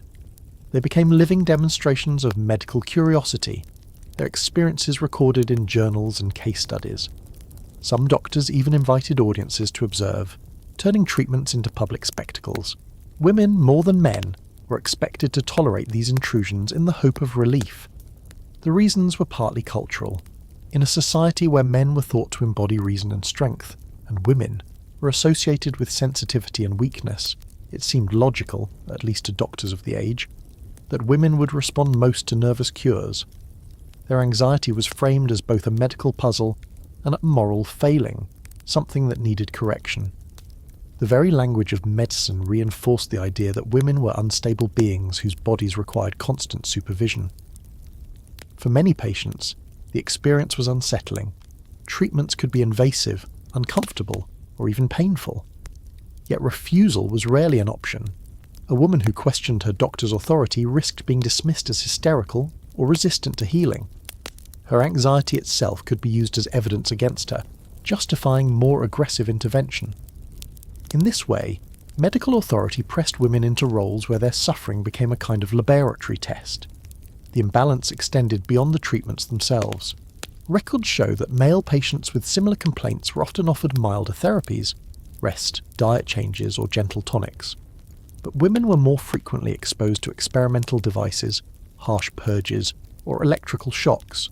Their nervous systems were treated as if they were more malleable, more open to manipulation, and therefore more valuable for testing the boundaries of science. Despite the risks, some women did report feeling better, at least temporarily. The attention of a physician, the novelty of a machine, or the simple hope of recovery could ease the mind, even if the treatment itself had little medical value. In these cases, women's responses were cited as proof that the therapies worked, encouraging doctors to continue. The cycle reinforced itself. Women's suffering made them candidates for experiments, and their partial relief, however short-lived, was used as justification to try more. Looking back, these experiments reveal more than just misguided science. They show how cultural beliefs about gender-shaped medicine itself. Anxiety was not only an illness, but a stage on which ideas about women's fragility were played out. The experiments conducted mostly on anxious women remind us that the search for cures was never separate from the power structures of the time. Healing for many women came with a cost. The price of being treated as both patient and subject, in a world still learning how to understand the human mind. In an age when medicine was still experimental and often harsh, a gentler form of therapy began to attract attention: the use of mineral baths and thermal springs. Long before modern spas became places of luxury, these waters were believed to hold healing power for body and mind. For women suffering from anxiety, melancholy, or nervous exhaustion, a journey to the baths was presented not as punishment or shock, but as a chance for calm and renewal. The idea itself was ancient. Roman bathhouses had once been famous across Europe, their steaming pools fed by underground springs rich with minerals. Even after the Roman Empire fell, the memory of these healing waters lingered. By the 17th and 18th centuries, towns with natural springs, places like Bath in England, Baden-Baden in Germany, and Vichy in France, began to flourish once again. Doctors prescribed the waters for countless ailments, from aching joints to troubled nerves. For women labelled nervous, these baths offered something unusual, a treatment that was both medical and social. Physicians believed that warm mineral water could soothe overstimulated nerves, calm racing thoughts, and restore balance to the body's humours.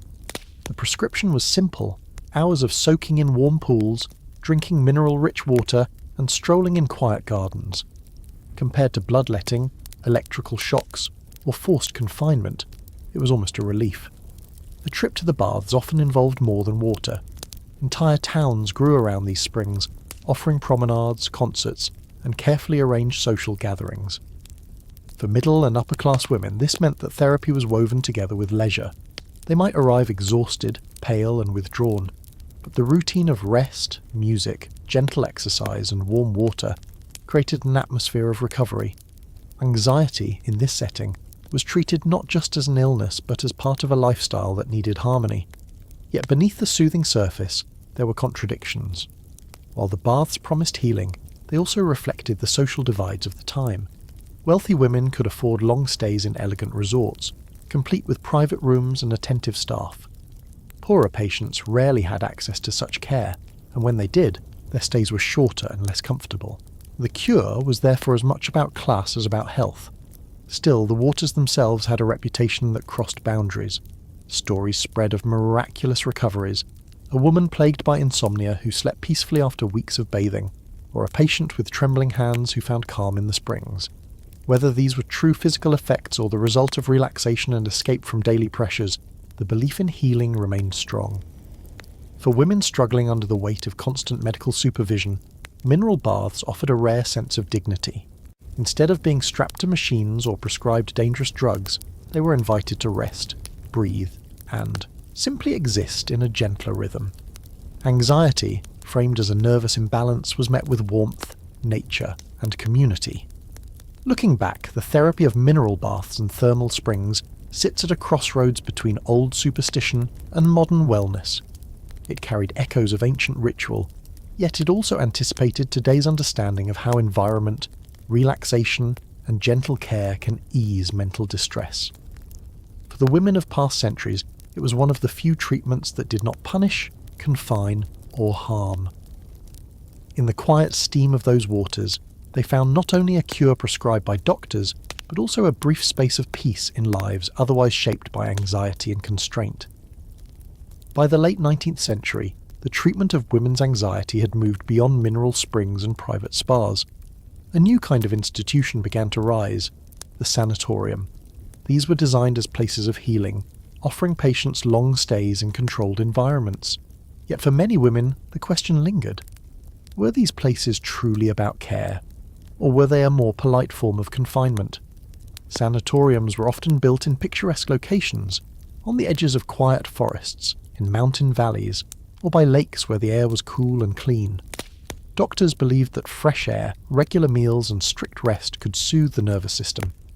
Women suffering from sleeplessness, racing thoughts, or deep melancholy were sent away from their families and daily stresses to these institutions. On paper, it seemed a compassionate solution, a retreat into peace. But once inside, the experience could be very different. A typical day in a sanatorium followed a rigid schedule. Patients rose at the same hour each morning, ate meals at fixed times, and walked prescribed routes in the gardens. Talking was sometimes discouraged. Social visits were limited. Rest was not just recommended, but enforced. For a woman labelled nervous, the treatment often meant hours of lying down, with little stimulation beyond reading or light needlework. The freedom of the outside world faded into memory. The line between therapy and control was thin. Doctors claimed that nervous women needed discipline to heal, that their anxiety was a result of overstimulation, too much thought, or excessive activity. The cure, therefore, was to restrict their lives until their nerves settled. Yet to the women themselves, this could feel more like a gentle prison. Their choices, their voices, and sometimes even their letters home were monitored. What was called care often carried the weight of confinement. Some sanatoriums gained reputations as havens. A few provided warm, comfortable surroundings, attentive nurses, and the kind of quiet that many patients genuinely found restorative. Women who had lived under constant social pressures sometimes welcomed the break. They returned home stronger, their minds calmer, and their anxiety eased, at least for a time. Others, however, were harsher. In these institutions, the emphasis on discipline outweighed comfort. Women who resisted the routine risked being labelled uncooperative, their anxiety reframed as defiance. In some cases, families used the sanatorium as a way to remove a difficult relative from household life, disguising exclusion as treatment. For those patients, the institution was less a place of healing than a reminder of how little control they had over their own lives. The dual nature of sanatoriums, part retreat, part confinement, reflects the wider history of how women's mental health was understood. Anxiety was seen not only as a medical issue, but as a disruption to the role society expected women to play. A restless or melancholic woman could unsettle the order of a household, so sending her away was as much about restoring domestic harmony as it was about restoring her health. Looking back, sanatoriums leave us with a mixed legacy. They offered fresh air, structure, and a form of rest that modern medicine still recognises as beneficial. Yet they also carried shadows of control, reinforcing the idea that anxious women were incapable of managing their own lives. The question, care or confinement, remains difficult to answer, because for many patients it was both. In the peaceful gardens of the sanatorium, healing and captivity existed side by side, each disguised as the other. Among the many routines that shaped life in sanatoriums, few were as central as the prescribed restorative treatments. At the heart of these was the belief that nature itself could calm the restless mind and heal the anxious spirit. Doctors encouraged their patients, especially women diagnosed with nervous disorders, to walk slowly in gardens, breathe deeply in the open air, and let the quiet rhythms of the natural world work upon them. The philosophy was simple. Modern life, with its noise, demands, and constant activity, was thought to overstimulate the delicate nerves of sensitive women. The cure, therefore, was to strip life back to its essentials: sun, air, greenery, and stillness. At sanatoriums built in mountain valleys or forest clearings, the landscape was not just scenery but medicine. A path winding through pine trees, or a bench overlooking a lake, was as much a part of treatment as any tonic or prescription. Nature walks were carefully managed. Patients might be instructed to walk at a slow, measured pace, never hurrying, never straining. The idea was not exercise in the modern sense, but gentle absorption of calm surroundings. Too much effort, it was believed, could agitate the nerves further. Instead, the focus was on breathing steadily, noticing the air's freshness, and letting the mind settle into a kind of quiet emptiness. Alongside these walks, sanatoriums offered restorative therapies that now sound curious, even quaint. Sunbathing, for example, was prescribed in moderation, as doctors believed that sunlight could lift moods and strengthen fragile constitutions. Cold water plunges or alternating hot and cold baths were also common, intended to stimulate circulation and refresh tired nerves. Patients might be wrapped in warm blankets and placed on verandas for hours, the crisp mountain air flowing around them. It was a mix of ritual, routine, and symbolism, each treatment reinforcing the idea of balance slowly being restored. For women used to busy households and endless obligations, these treatments offered something unexpected: permission to stop. A nature walk was not a luxury but a prescription. To sit quietly in a chair by a flowering hedge, or to watch birds skim across a lake, was framed as medical necessity. In this reframing, women were granted access to leisure under the banner of therapy. Their anxiety was not dismissed outright. Instead, it was treated through the rhythms of rest. Yet there were limits to this gentleness. The very structure of these treatments emphasized control. Walks were supervised, times were set, and patients were expected to comply. A woman who resisted, who found the walks tedious or the cold baths unbearable, risked being labelled uncooperative. Even in its calmest form, the treatment carried the weight of authority. Nature was soothing, but it was also another tool in the hands of doctors who defined what healing should look like. Still, the memory of these treatments lingered with many patients. Letters and diaries from the time recall the way sunlight filtering through trees or the silence of early mornings in the garden seemed to ease the inner turmoil of anxiety. Perhaps the walks did not cure in a strict medical sense, but they created space, a pause from relentless expectations, a moment of breathing that had rarely been allowed before. Looking back, These nature walks and restorative treatments remind us that medicine has not always been about drugs and machines. Sometimes it was about reintroducing patients to the slow rhythms of the world outside their own troubled minds. For anxious women, that gentle return to stillness was not only treatment, but also, in its quiet way, a form of liberation. Long before sanatoriums, electrical machines, or even mineral baths, women turned to remedies closer to home. Anxiety, though it was rarely named as such, was often described as nerves, melancholy, or simple restlessness. For centuries, the first answer to such troubles came not from doctors, but from gardens, fields, and kitchens. Herbal cures were the foundation of traditional healing, offering comfort when little else was available. Lavender, with its soft purple blossoms and gentle fragrance, was one of the most trusted remedies. Women were told to place dried sprigs under their pillows, to sip lavender-infused teas, or to bathe in warm water scented with its oil. The calming aroma was believed to ease troubled sleep and settle a racing heart. Even today, modern science recognizes lavender's mild sedative qualities, but for women in past centuries it was simply part of daily life, a flower that promised rest in a restless world. Valerian root was another powerful ally. Bitter in taste but prized for its effect, it was brewed into teas or steeped in wine. Known since ancient Greece as a plant that calms the spirit, valerian became a staple in medieval and early modern households. Women struggling with sleepless nights or sudden waves of panic might be offered a cup of valerian before bed. Though the dosage was uncertain and sometimes too strong, the ritual itself, the slow preparation, the earthy scent, the belief in its power, carried its own kind of medicine. Chamomile, mild and golden, held a special place as well.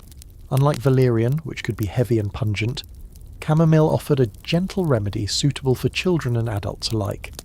A warm cup of chamomile tea was said to soothe not only the body but also the mind, easing irritability and softening sharp moods. For anxious women, this was perhaps the most accessible cure, simple, affordable, and comforting in its warmth. Beyond these well-known herbs, countless local remedies filled the cupboards of rural households. Lemon balm was gathered for its uplifting scent. Hops, more often associated with beer brewing, were sewn into pillows to encourage sleep. Even rose petals found their way into syrups and teas, their sweetness believed to calm sadness. Every region had its traditions, passed down through generations of mothers and grandmothers, each herb tied to memory and story as much as to medicine. These remedies were not always taken seriously by learned physicians, who preferred complex theories of humours or later scientific experiments. Yet for many women, herbal cures offered something doctors rarely provided: gentleness. There were no harsh shocks, no invasive procedures, no accusations of hysteria. Instead, there was a sense of care, the soothing ritual of steeping leaves, the comfort of familiar scents, and the quiet hope that nature itself might bring balance back to troubled nerves. Still, reliance on herbs was not without risk. Dosages were uncertain, preparation methods varied, and some plants carried hidden dangers when taken in excess. Valerian could cause dizziness. Strong infusions of other herbs could upset the stomach or dull the senses. Yet compared to bloodletting or toxic tonics, these risks seemed small. For many women, the choice between a doctor's painful cure and a grandmother's herbal tea was an easy one. Looking back, traditional herbal cures for nervousness remind us of a time when healing was intimate and personal. It was something prepared by hand, shared within families, and infused with both faith and familiarity. Whether or not the herbs always worked in a scientific sense, they carried with them a kind of emotional medicine, the reassurance that something could be done, that anxiety was not beyond comfort. In their fragrance, warmth, and ritual, these simple remedies gave anxious women a sense of agency, a way to care for themselves in a world that often misunderstood their suffering. When we look back at the long history of anxiety and how people try to soothe it, 3 plants stand out again and again: chamomile, valerian root, and lavender. Each grew in different soils and climates, yet together they formed a kind of natural pharmacy, relied upon by women across centuries to calm restless nights and troubled minds. Their presence in homes and gardens turned medicine into something gentle, familiar, and deeply human. Chamomile was perhaps the most beloved. With its daisy-like blossoms and golden centres, it was easy to recognise, easy to grow, and wonderfully versatile. For centuries, women gathered chamomile to brew into warm tea, offering it to children who could not sleep or to friends burdened by worry. Its mildness was part of its strength. Chamomile never carried the bitterness or heaviness of stronger herbs. Instead, it gave comfort in soft doses. A steaming cup, fragrant and soothing, became more than a remedy. It was a ritual. The warmth spread slowly through the body, inviting both relaxation and the simple feeling of being cared for. Valerian root, by contrast, was a harsher medicine. Unlike chamomile, its taste and smell were pungent, even unpleasant to some. Yet it was respected for its power. Ancient physicians, from Hippocrates to medieval herbalists, noted valerian's ability to quiet the spirit and encourage sleep. By the 18th and 19th centuries, it had become a standard treatment for nervous disorders, especially among women. In practice, it was brewed into bitter teas, mixed with wine, or ground into powders. Its effects could be strong, sometimes leaving patients drowsy or lightheaded. But for those whose anxiety kept them pacing through sleepless nights, valerian offered what few other remedies could: a true sedative, drawn from the earth itself. Lavender was different again, neither as mild as chamomile nor as heavy as valerian, but fragrant and uplifting. Its purple blossoms lined gardens, filled, sachets tucked into clothing drawers, and perfumed pillows where anxious women laid their heads. Lavender was used in baths, in teas, and even as oil massaged into temples. Its scent alone was thought to calm racing thoughts and bring a sense of clarity. In homes across Europe, a sprig of lavender under the pillow was a simple charm against restlessness, blending medicine with tradition. For women who felt overwhelmed by their daily burdens, lavender became a reminder that peace could still be found in small, ordinary things. Together, these three plants formed a spectrum of healing. Chamomile offered gentleness, a calming hand at the end of a long day. Valerian provided strength, heavy enough to still even the deepest restlessness. Lavender balanced the two, refreshing without overwhelming, its fragrance lifting spirits as much as easing nerves. They worked not only through their physical effects, but through the rituals that surrounded them. The brewing of tea, the gathering of blossoms, the quiet moments of trust in nature's gifts. It is striking to realise that even as doctors prescribed harsh treatments, bloodletting, electrical shocks, or confinement, women continued to rely on these simple herbs. They were remedies that could be prepared at home, under one's own control, carrying none of the fear that accompanied medical experiments. They also connected women to traditions passed down through generations, knowledge carried in whispers, recipes, and shared experience. Looking back, chamomile, valerian root, and lavender remind us of the enduring human desire for comfort that is natural, accessible, and kind. They stand as symbols of a quieter form of healing, where anxiety was not attacked or punished, but gently soothed. For the women who turned to them, these plants were not just cures, but companions, familiar presences in a world that often misunderstood their struggles, yet where a garden, a teacup, or a fragrant pillow could still bring peace. For centuries, much of women's healing did not take place in formal hospitals or under the watch of learned physicians. Instead, it lived quietly in kitchens, gardens, and gatherings where women shared knowledge with one another. Anxiety, though rarely named as such, was a familiar experience. Sleeplessness, restlessness, sudden weeping. These were understood not only as personal struggles, but as part of the rhythms of life. To face them, women turned to each other, passing down remedies, recipes, and words of comfort in circles of trust. These circles took many forms. In villages, older women guided the younger, teaching them which herbs to gather at midsummer, how to dry chamomile blossoms, or when to harvest valerian root for its strongest effects. In towns, neighbours exchanged remedies over shared chores, slipping advice into conversations while spinning wool or kneading bread. Even in more formal households, mothers and grandmothers kept small collections of herbs and oils, offering them with the quiet authority of experience. Healing in this sense was not a solitary act, but a communal practice. The remedies themselves were simple, yet deeply meaningful. One woman might recommend lavender sachets to calm a restless child, while another swore by hops sewn into a pillow. Recipes for syrups, tinctures, and teas were traded like family heirlooms. Each carried not only ingredients but also stories. This helped my sister through a long winter, or my grandmother swore by this when her heart raced at night. Through such exchanges, the weight of anxiety became lighter, softened by the knowledge that others had walked the same path. These circles also offered something beyond herbs. They provided listening. A woman who confessed her restlessness or fears was not immediately labelled hysterical or sent away. Instead, she was met with nods of recognition, with reassurance that she was not alone. In an age when formal medicine often dismissed or punished women for their suffering, these moments of shared humanity were powerful. The remedies may have been simple, but the act of gathering, listening, and supporting each other carried its own kind of healing. Of course, not all remedies were equally safe or effective.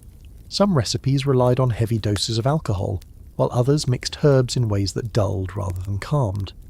Yet even here, the communal nature of women's circles provided a kind of safeguard. Advice was tempered by collective memory. If a cure had caused harm in the past, the story would be retold as a warning. Knowledge grew not through books and lectures, but through lived experience, passed hand to hand, voice to voice. These traditions often stood in contrast to male-dominated medicine. Learned physicians might scoff at a cup of chamomile tea or a lavender pillow, yet women continued to trust in them.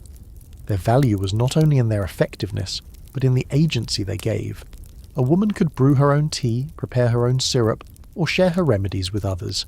In doing so, she reclaimed some control over her own body and mind, in a world that often denied her both. Looking back, women's circles and the sharing of remedies remind us that healing was never just about cures. It was also about connection, the way anxiety once voiced became less frightening when shared, and the way small acts of care bound communities together. In the exchange of herbs and stories, women created spaces where nervousness was neither shameful nor isolating, but a part of life that could be met with compassion, wisdom, and the gentle strength of community. At the turn of the 20th century, the language of women's mental health began to shift. Ancient ideas of humours, church rituals, and household remedies slowly gave way to a new vocabulary, one rooted in psychology. At the centre of this change stood Sigmund Freud, a Viennese physician whose theories of the unconscious mind would shape how people thought about nervousness, hysteria, and emotional suffering for decades to come. Freud believed that much of human behaviour was driven by hidden desires and conflicts. Dreams, slips of the tongue, even sudden bursts of laughter or tears, all, he argued, were clues to an inner world beyond conscious control. For women, this theory had profound consequences. Where earlier doctors might have prescribed bloodletting or laudanum, Freud offered talk. Yet beneath this seemingly gentle method lay assumptions deeply tied to the gender biases of his time. One of Freud's earliest and most influential ideas concerned hysteria. He worked with women who experienced paralysis, fainting, or uncontrollable fits, symptoms that baffled physicians who could find no physical cause. Freud proposed that these symptoms arose from repressed emotions, particularly of a sexual nature. He suggested that women's anxieties and breakdowns were not random, but connected to hidden conflicts between their desires and the strict social rules that bound them. At first, Freud acknowledged that childhood trauma, including experiences of abuse, might lie at the root of these struggles. But he later shifted his view, suggesting instead that many women's accounts were fantasies, born of unconscious wishes rather than real events. This move, which protected the social order of his time, also silenced countless women by recasting their pain as imagined. Freud's theories about femininity also left a lasting mark. He argued that women developed differently from men, shaping their identities around what he famously called penis envy. To Freud, this supposed lack left women in a position of lifelong psychological struggle, destined to define themselves in relation to men. Anxiety, in this view, was not merely a personal symptom, but almost a condition of womanhood itself, a perspective that many later critics would see as both dismissive and limiting. Yet it would be unfair to dismiss Freud entirely. His willingness to listen, to see meaning in feelings rather than simply suppress them with drugs or harsh cures, opened a new chapter in mental health. The idea that the mind could be explored, that talking could ease suffering, offered hope where before there had been only silence or confinement. For some women, psychoanalysis provided a rare space to speak openly about fears and desires, even if the framework that guided the conversation was steeped in bias. Freud's influence extended far beyond the clinic. His theories seeped into literature, art, and everyday conversation, shaping how society understood the nervous. Woman novels, plays, and even advertisements echoed his language, portraying female anxiety as both mysterious and deeply tied to the unconscious. The image of the fainting, restless, or melancholic woman was no longer simply a medical case. It became a cultural archetype informed by Freud's shadow. Looking back, Freud's theories about women's mental health reveal both progress and limitation. He helped move the conversation away from purely physical treatments, introducing the idea that the mind itself could be a site of healing. But he also reinforced old hierarchies, recasting women's pain in ways that often served the social order more than the sufferers themselves. His legacy is therefore mixed, a reminder of how far we have come and how much the framing of women's mental health has always been entwined with power, belief, and the assumptions of an age. By the early 20th century, something remarkable was taking shape in the world of medicine. For centuries, women struggling with anxiety or emotional distress had been given potions, purges, or prayers. Their bodies had been bled, confined, or medicated into silence. But now, instead of being told to rest endlessly or endure painful cures, some were being invited simply to speak. This quiet shift, from treatment of the body to exploration of the mind, marked the birth of what we now call talk therapy. The seeds of this idea were planted in the late 1800s. In Vienna, Freud and his colleague Joseph Breuer worked with women diagnosed with hysteria. One of their most famous patients, known in history as Anna O, suffered from paralysis, hallucinations, and episodes of muteness. Traditional medicine had failed her, but Breuer tried something different. He encouraged her to describe her memories, her fears, and the hidden emotions connected to her symptoms. To his surprise, speaking openly seemed to bring her relief. Anna O herself called this method the talking cure, a phrase that would echo across history. This was a radical departure from the past. For so long, women's voices had been discounted, their testimony about their own bodies and minds often dismissed. Now, in this fragile and imperfect form, their words became central to the treatment itself. Talk therapy suggested that anxiety and distress were not merely weaknesses of character or signs of demonic influence, but meaningful expressions of inner conflict that could be explored rather than punished. Still, the early days of talk therapy were far from simple. Freud shaped the method into psychoanalysis, with its focus on dreams, slips of the tongue, and childhood memories. He sat behind the patient, listening as they spoke freely, interpreting their words through the lens of unconscious drives and desires. For women, this often meant their anxieties were framed in terms of sexuality and repression, filtered through Freud's own assumptions about gender. Many found relief in the act of speaking, but the interpretations could sometimes feel more like judgment than healing. Despite these limitations, the idea of talk itself as therapy spread quickly. Clinics and private practices in Europe and America began to experiment with variations. Some doctors emphasized free association, others focused on guiding conversations more directly. In every case, the principle remained the same. Healing might come not from medicines or incantations, but from the simple, human act of being heard. This new form of therapy also carried a subtle challenge to the culture of silence surrounding women's mental health. For centuries, their suffering had been hidden away in private rooms or behind convent walls. Talk therapy, however imperfect, created spaces where their voices were not only allowed but required.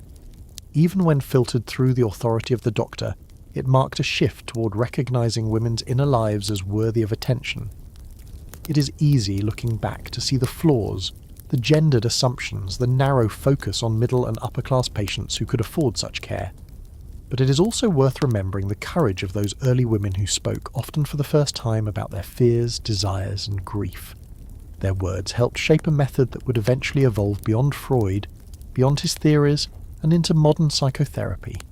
The birth of talk therapy then was not just a medical milestone, it was a cultural one. It represented a tentative acknowledgement that the mind mattered, that listening had value, and that suffering might be eased not through punishment or silence, but through the careful weaving of words. From this beginning, the path was laid for the many forms of therapy we know today, all rooted in the simple but transformative power of speaking and being heard. In the quiet rooms of early psychoanalysis, something extraordinary began to unfold. For centuries, women's suffering had been explained away as the work of humours, as weakness of the flesh, or as the whisper of evil spirits. But now, Instead of being silenced, women were being asked to speak. It was not always comfortable, nor was it always safe from judgment. Yet the very act of voicing what had long been hidden marked a turning point in the history of mental health. The power of talk therapy lay not only in the doctor's theories, but in the patient's words. Women carried anxieties that could not easily be spoken in their daily lives. Fear of disappointing a husband, of failing as a mother, of never finding a place of belonging in a rigid society. All these emotions lived quietly beneath the surface. In the therapist's office, these private burdens could, for the first time, be named. Speaking them aloud brought a strange kind of relief, as if giving shape to the unspoken allowed the weight to lessen, even just a little. Consider how unusual this was in its time. In most households, women were expected to embody calm, virtue, and obedience. To confess to deep fear, anger, or desire could be dangerous, even shameful. Yet behind closed doors, guided by a physician or analyst, such feelings began to find words. Tears were no longer seen only as weakness. Trembling and dread could be reframed as symptoms, not sins. Talk therapy gave language to emotions that had previously been swallowed in silence. The early accounts of patients reveal a mix of pain and courage. Some spoke of childhood memories that had haunted them for years. Others confessed to forbidden longings, or to moments of despair they could not share with family. Their voices did not always receive compassion. Freud and his followers often filtered these revelations through the narrow lens of sexuality and repression. But even when misunderstood, the simple act of being listened to gave many women a sense of recognition they had never known. This process of voicing hidden fears was not just about personal healing. It also chipped away, in small but steady ways, at the cultural silence surrounding women's mental health. For too long, the inner lives of women had been ignored, reduced to stereotypes of fragility or hysteria. Talk therapy, imperfect as it was, signalled that these inner experiences mattered enough to be heard, analysed and recorded. Of course, there were limitations. Access to therapy was largely confined to the privileged, middle and upper-class women who had the time and money to sit for long sessions. Their voices were amplified while countless others, especially poor women, remained unheard. And the interpretations of their fears often reflected the biases of the therapist rather than the truths of the patients. Still, something had shifted. For the first time, fear was not only endured in silence, it could be transformed into words, and words could begin to heal. Looking back, it is clear that this was a fragile beginning. Talk therapy did not immediately free women from stigma, nor did it erase the long history of misunderstanding. But it planted a seed, the idea that fear and anxiety were not marks of weakness but signs of an inner life deserving of attention. To speak aloud what was once hidden was to claim a small measure of power. In that moment of voicing hidden fears, the path to modern mental health care began to take shape. The voices of those early women, halting, uncertain, sometimes dismissed, remain an echo in the therapy rooms of today, reminders of how much healing begins with the courage to speak. For centuries, hysteria had been one of the most common diagnoses given to women. It was a word so broad, so loosely defined, that nearly any symptom could fall under its shadow. Fainting spells, headaches, anxiety, nervous trembling, even dissatisfaction with marriage, all might be swept into that single term. But by the early decades of the 20th century, hysteria began to lose its power. Slowly, almost quietly, the diagnosis that had dominated women's health for over 1,000 years started to fade from medical language. There were several reasons for this decline. One was the rise of new scientific fields. Neurology, psychiatry, and psychology were growing rapidly, offering more precise ways of understanding the mind and body. As doctors studied the nervous system, they began to separate symptoms that had once been lumped together. What had once been called hysteria might now be described as epilepsy, depression, or anxiety disorder. The catch-all label no longer satisfied a medical community hungry for clarity. Another reason lay in changing social attitudes. As women gained greater visibility in public life, particularly through the suffrage movements of the late 19th and early 20th centuries, the idea that their struggles were simply products of female weakness grew harder to sustain. The old image of the fainting, hysterical woman no longer fit as neatly with the sight of women marching, organising and demanding rights. Medicine had to adjust, however reluctantly, to a world in which women were not only patients but political voices. The decline of hysteria also reflected the growing influence of talk therapy and psychoanalysis. Freud and his followers still use the term, but their focus on unconscious conflict and repressed emotion made hysteria less a medical disease and more a psychological puzzle. Over time, even this usage fell away, replaced by new diagnostic categories that frame symptoms in more specific ways. Anxiety neurosis, conversion disorder, and depression gradually took the place of the single sweeping word. Yet the fading of hysteria as a diagnosis did not mean the end of gender bias in medicine. Far from it. Women's experiences continued to be doubted, their pain minimised, their voices often overshadowed by the authority of the physician. But the disappearance of hysteria was still an important milestone. It represented a loosening of the grip of one of history's most enduring stereotypes, the belief that women were naturally prone to irrationality and emotional collapse. It is striking to reflect on how long hysteria endured. From ancient Greece, where physicians believed the womb could wander the body and cause madness, to medieval Europe, where hysterical women were sometimes accused of witchcraft, to Victorian parlours where fainting couches became symbols of feminine fragility, the diagnosis had adapted to every era. And then, within just a few decades of the 20th century, it nearly vanished. What survived instead were more nuanced, if still imperfect, understandings of mental health. Today, the term hysteria lingers mostly as a cultural echo, used casually to describe excitement or panic, but rarely as a medical label. Its decline reminds us of how language shapes reality, how a single word can confine generations of women, and how its disappearance can open space for new ways of listening. The fading of hysteria did not solve the deeper problems of gender and mental health, but it was a beginning. It marked the end of an age-old diagnosis that had explained too much while understanding too little. And in its place, medicine began, slowly, unevenly, to search for a more accurate, more humane vocabulary for women's suffering. As the 20th century unfolded, medicine began to step away from the sweeping, vague category of hysteria. In its place, doctors sought clearer language to describe the struggles that so many people, especially women, endured. One of the most important shifts came with the recognition of anxiety as a disorder of its own, not just a passing nervousness or a symptom of some deeper weakness. For the first time, anxiety was being taken seriously, studied, and named for what it was. This recognition did not happen overnight. For centuries, anxious feelings had been brushed aside or explained away. A racing heart, trembling hands, sleepless nights, or sudden surges of fear were often dismissed as oversensitivity, a fragile temperament, or even laziness. Women in particular were told they worried too much, that their nerves were weak, or that their distress was merely an extension of their biology. But as medical science advanced, these explanations began to lose credibility. By the early 1900s, new branches of psychiatry and psychology sought to understand the workings of the mind with greater precision.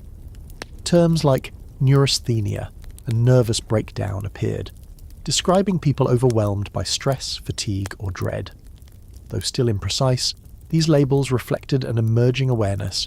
Anxiety was not just an inconvenience, but a condition that could affect health, relationships, and the ability to live fully. The world itself was changing in ways that made anxiety impossible to ignore. Industrialization, rapid urban growth, and the pressures of modern life created a landscape filled with new forms of stress. Wars, economic uncertainty, and shifting social roles only deepened the sense of unease. For women, the conflict between traditional expectations and new opportunities often became a source of profound inattention. Doctors and researchers, observing these patterns, began to see anxiety not as an isolated quirk, but as a widespread human experience worthy of medical attention. Gradually, clinical descriptions of anxiety disorders began to take shape. Physicians noted patterns of persistent worry, physical restlessness, shortness of breath, and overwhelming fear with no clear cause. They distinguished these conditions from depression, epilepsy, or psychosis. What had once been absorbed into the vast category of hysteria was now understood as something distinct. By the mid-20th century, anxiety neurosis entered psychiatric vocabulary, marking a turning point in how doctors described and treated the condition. For women, This shift was both liberating and limited. On one hand, recognizing anxiety as a real disorder meant their suffering could no longer be dismissed so easily. It validated experiences that countless women had endured in silence, giving them a medical name that carried weight. On the other hand, treatments were still shaped by cultural assumptions. Medications were often prescribed quickly, while underlying causes such as social isolation, unequal responsibilities, or trauma remained overlooked. Nonetheless, this recognition opened the door to new possibilities. Researchers developed therapies specifically for anxiety, from talk-based approaches to relaxation techniques. Over time, medications were refined to target symptoms more directly, offering relief to those who had long been told simply to endure. The recognition of anxiety also shifted public perception. What had once been mocked or trivialized, just nerves, began to be seen as a legitimate struggle, affecting men and women alike. Looking back, the naming of anxiety as a disorder may seem small compared to today's understanding of mental health, but it was a vital step. It marked the moment when centuries of dismissal and misinterpretation gave way to a more compassionate scientific view. Anxiety was no longer a shadowy symptom hiding under other labels. It was acknowledged as its own reality. And with recognition came the possibility of understanding, of treatment, and of hope. By the mid-20th century, the landscape of mental health was undergoing profound change. The old language of hysteria had fallen away, replaced by new clinical categories. Anxiety, depression, and other disorders were finally being recognized as real, distinct conditions. With this recognition came an urgent question: how should they be treated? Out of this moment emerged two powerful currents that still shape mental health care today: the rise of therapy and the advances of modern medicine. Therapy had already taken root through the legacy of psychoanalysis, but its branches were spreading in new directions. The long, intensive methods of Freud were increasingly seen as impractical for many patients. In their place, shorter, more structured forms of talk therapy began to develop. Cognitive approaches encouraged people to notice and reshape patterns of thought that fueled worry or despair. Behavioral methods focused on gradual exposure to fears, teaching patients to face them in manageable steps. These new therapies carried a practical promise. Change was possible not only through endless exploration of childhood memories, but through skills and strategies that could be learned. At the same time, modern medicine was transforming treatment with the arrival of psychiatric drugs. In the 1950s and 60s, new medications were introduced that targeted symptoms of anxiety, depression, and psychosis with unprecedented effectiveness. Drugs such as tranquilizers and antidepressants offered quick relief to many who had long suffered in silence. For women, who made up a large proportion of patients, these medicines were often life-changing, allowing them to regain a sense of calm and control. But the story was not without complexity. Some medications brought side effects, and others were overprescribed, offered as a simple solution to problems rooted as much in society as in the individual. Advertisements sometimes painted a picture of the nervous housewife, calmed by a daily pill, reinforcing stereotypes even as the medicine itself provided genuine relief. Therapy and medicine were powerful tools, but they could not always reach the deeper causes of distress, particularly those tied to inequality, isolation, or unspoken trauma. Still, the combination of therapy and medicine marked a new era of possibility. For the first time, treatment offered both immediate and long-term support. Medicine could soothe overwhelming symptoms, while therapy could help unravel the patterns beneath them. Hospitals, clinics, and private practices began to integrate the two, creating models of care that balanced biological and psychological approaches. This rise of therapy and modern medicine also reshaped public understanding.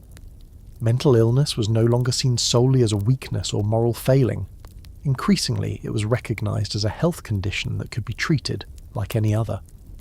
Campaigns for awareness and education slowly chipped away at stigma, though prejudice remained. Importantly, patients themselves began to speak more openly, sharing experiences in ways that earlier generations could not. Their voices helped to humanize conditions once wrapped in shame. Looking back, the mid-20th century represents a crossroads in the history of women's mental health. It was a time when centuries of misunderstanding gave way to methods grounded in science and compassion, even if imperfectly. Therapy opened doors for women to explore their fears and hopes with guidance. Medicine provided relief where before there had been only endurance, and together, these tools laid the foundation for the diverse treatments and therapies available today. The rise of therapy and modern medicine did not erase the struggles of the past, but it built a bridge toward the present, a world in which anxiety and other disorders are recognized, studied, and treated with far more care than ever before. The journey was not complete, but the path was finally clear.